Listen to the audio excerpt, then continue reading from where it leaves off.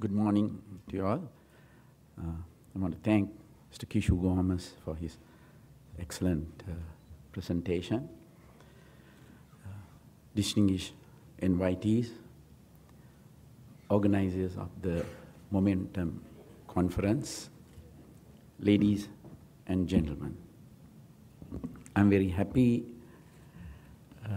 to see so many high-caliber professionals from various fields participating at this event, which is centered on Sri Lanka's present momentum and its vibrant future prospects.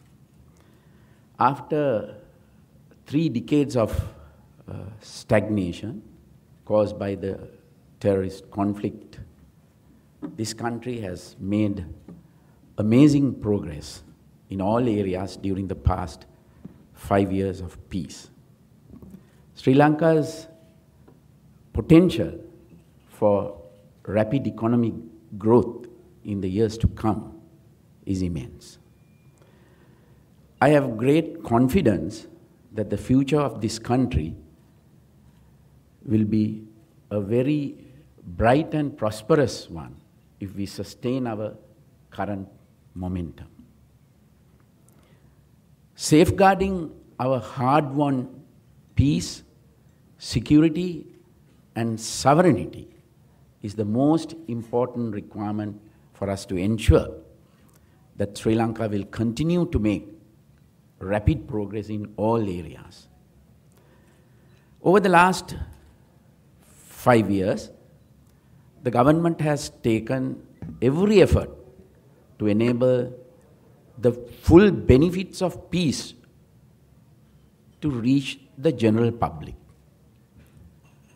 However, the President, the security forces, and the intelligence agencies have remained constantly vigilant about the very real threats of terrorism, separatism, and unwarranted interference in our internal affairs that our nation faces even today. As we all know, the primary obstacle to Sri Lanka's progress in the past was the terrorist conflict that lasted 3 decades. At the time, His Excellency the President Mahinda Rajapaksa was elected to office in 2005. All 4 past presidents had tried to solve this problem without any success. From the 1980s onwards, successive governments had attempted peace talks, military campaigns, and even tried international mediation with peacekeeping forces and monitoring missions as a way to end the terrorist conflict. All of these attempts failed. The public began to lose confidence in the government's ability to neutralize the terrorism. Many experts within and outside Sri Lanka maintained that the LTT could not be defeated militarily and therefore needed to be somehow accommodated. Instead of becoming weaker, the LTT grew stronger and stronger. Over time, it became firmly entrenched in the north and east of Sri Lanka. By 2005, under an ineffective ceasefire agreement signed 4 years before by the previous government, the LTT was effectively in control of a separate state. The army maintained a forward defense line in the north of Sri Lanka, which stretched from west coast to east coast, from Mannar to Valioya, Mannar, Vaunia, and Valioya. 10 or 20 yards in front of that, the LTT had its own bunker line, own forward defensive line. The army had another forward defense line north of Elephant Pass at famous Muhammali. 10 yards or 20 yards below, the LTT maintained its own defense line. This type of forward defense lines, you call FDLs, of this nature are normally found only at the borders of two warring countries. But in 2005, within Sri Lanka, they represented the borders of a vast area of land outside the government's control. Neither the Sri Lankan police nor the military could enter this region, which was controlled by the LTT. Some non-governmental organizations and a few business people visited these areas, but they first had to take permission from the army at the Omante checkpoint. Then they had to walk 10 yards and stop at the LTT's checkpoint to fill a form, pay a fee, and undergo screening. It was quite similar to being at the border of a different country. Within this territory, the LTT had its own police force, its own court system, its own bank, and it directed the decisions of the civil administration. The rest of Sri Lanka was also under its threat and paralyzed by fear. Those living in areas close to LTT controlled land, those days known as border villages, lived in constant fear of armed attacks. People in the rest of the country never knew when a terrorist bombing would end their lives or kill their loved ones. Irrespective of social or economic status, all Sri Lankans suffered from a fear psychosis that affected every aspect of their life. Parents avoided traveling together for fear of leaving their children orphan. Schools were operated like prisons, with barricades against entry, a high security presence, and constant checks on bags and persons. There were checkpoints on all major roads, and spot checks were carried out on vehicles very frequently. Cordon and search operations took place from time to time in residential areas. Barricades made of railway girders and concertina wire obstructed access to state buildings. High walls hide buildings from view. There was no sense of freedom in public places. Constant vigilance about possible threats and constant suspicion of other was the norm. LTT attacks were indiscriminate and not even places of worships were spared. You will no doubt still remember the brutal attacks that took place at the Temple of the Tooth Relic, the Sri Mahabodhiya, and also the Kathankudi Mosque. No doubt you still remember the 250 kg truck bomb that killed more than 100 in the attack on the Central Bank complex. No doubt you still remember the attack on the Colonnava oil refinery and the attack on the international airport that destroyed nearly 22 aircrafts. Everyone lived in fear. those in the Tamil community suffered even more than the most. They not only feared terrorist attacks, but also feared a communal backlash whenever an LTT attack took place. Terrorism had many other repercussions on Sri Lanka, far beyond the fear it spread everywhere. Our economic progress slowed down significantly. Because of the war, the government could not develop public infrastructure or improve the quality of utilities and services. Both foreign and domestic private investments declined drastically, as companies had no confidence to invest in this uncertain environment. With the country being in the news for all the wrong reasons, tourist arrivals slowed down to a trickle. Hoping to find better prospects and safer living environment abroad, thousands of outstanding young people left Sri Lanka, reducing the capacity of our workforce and further affecting the economy. The very social fabric was under threat.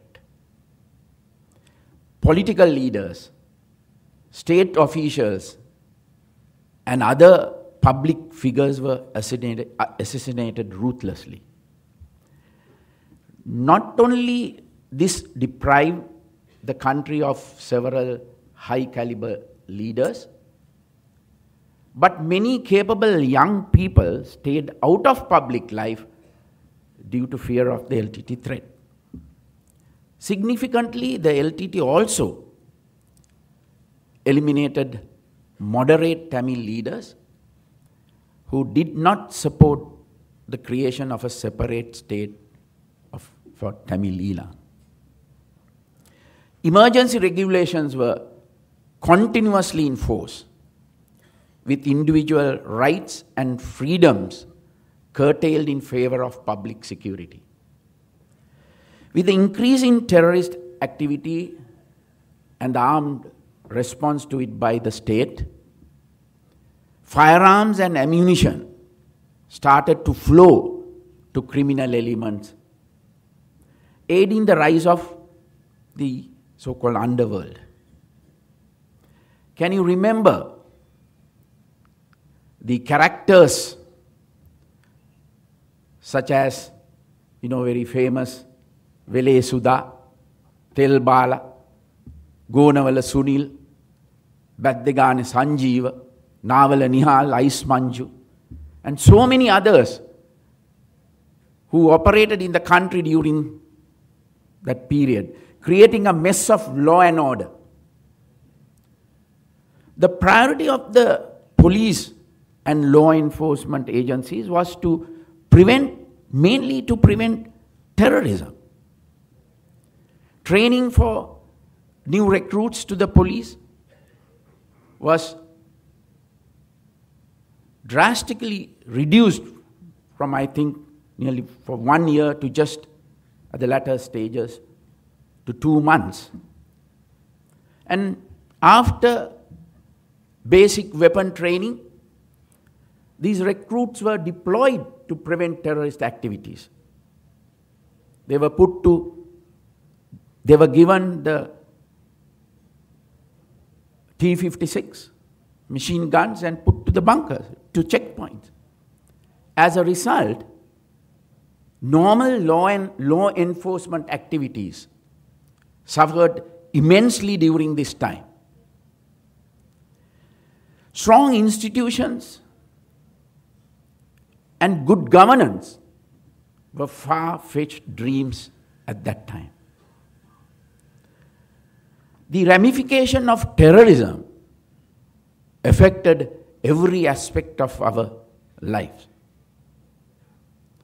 That bleak era, which lasted nearly 30 long years, finally came to an end as a result of the humanitarian operation that took place between July 2006 and May 2009.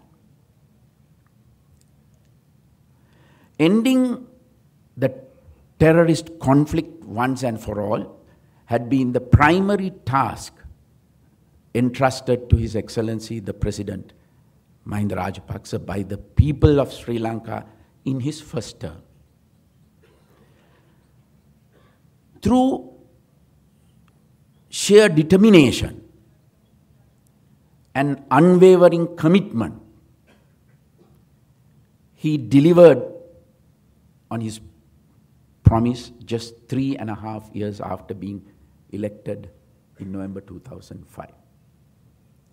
There is no doubt that the defeat of the LTTE and the dawn of peace in May 2009 was the pivotal event in Sri Lanka's recent history. During the President's second term in office, the task entrusted to him by the people was to achieve economic development. In setting about this task, he also had to address a number of post-conflict challenges: demining and resettling those displaced by the LTTE during the last stages of the conflict, and rebuilding areas that had stagnated under LTTE dominance for decades was essential. Roads, railways, irrigation canals, electricity transmission, as well as housing and other facilities had to be reconstructed and improved. Rehabilitating LTTE cadres who had surrendered or been captured was another challenge. Despite their having carried arms against the state, the President was very keen to give the LTTE cadres an opportunity for a better life. He insisted on a swift rehabilitation process which has been quite successful. Then disarming the various other armed groups which had helped the military over the years was a difficult task. But it was done soon after the war ended in order to help to strengthen the democracy. Repealing restrictions on movements on both land and sea, reviving democratic processes and re-establishing elections in the north and east were also critical to the restoring normalcy in the former LTTE controlled areas. In addition, the long-standing emergency regulations had to be repealed and normalcy restored to the country at large. Further steps also had to be taken to expedite the process of national reconciliation. As a result of the concerted efforts by the government since 2009, each of these post-conflict challenges has been systematically overcome. Much work has also been done to ensure the creation of a macroeconomic environment conducive for development. Critical public infrastructure, including power generation and transmission facilities, roads, railways, ports, and airports, has been built to create a new growth opportunities and spur foreign and local investment. Urban development has been greatly accelerated to create a better environment and enable a high standard of living for the general public.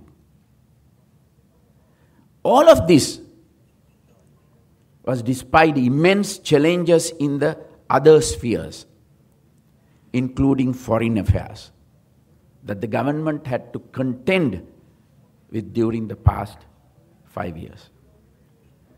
Because of all this hard work undertaken by the government during this time, however, Sri Lanka has recovered from the ravages of the conflict in record time. Notwithstanding all of these facts, it is critical to realize that our present peace and stability is not simply due to our having defeated the LTT and its terrorism in May 2009. There are still many threats that besets our nation, and attempts continue to be made by various parties to undermine Sri Lanka's peace, security, and stability, and especially the sovereignty. The foremost duty of the government is to ensure that such threats are contained and eventually eliminated. Unless the security of the nation and its people is ensured, no true progress is possible. The many steps taken to secure the nation against the threats it faces is another aspect of the hard work carried out by the government since 2009. Despite the death of Prabhakaran and the defeat of LTT's military organization, the primary threat to our national security remains the re-emergence of terrorism. From the 1980s onwards, a lot of support was generated internationally for the LTT and its Elam enterprise. The LTT's vast international network and extremists within the expatriate Tamil population remain committed to the separatist cause even to this day. Groups such as the Tamil Coordinating Committee, led by a person called Nidhiyavan, ex-LTT cadre, the Transnational Government of Tamil Elam, led by Rudrakumaran, the Global Tamil Forum, led by the so-called Father Emmanuel, and the LTT, another group called LTT Headquarter Group, led by another LTT, ex-LTT cadre, Vinayagam, remain largely intact and extremely active in different various foreign countries. They have control over the vast financial resources, and they continue to use these funds for the separatist cause. Their ultimate aim is to split Sri Lanka apart and carve out a separate state, and they will use all possible mechanisms they can to achieve their objective. Foiling the efforts of these groups has required and continues to require a great deal of effort by the government. Strengthening our intelligence services has been one of these main efforts. Over the past 5 years, the State Intelligence Service and the intelligence wings of the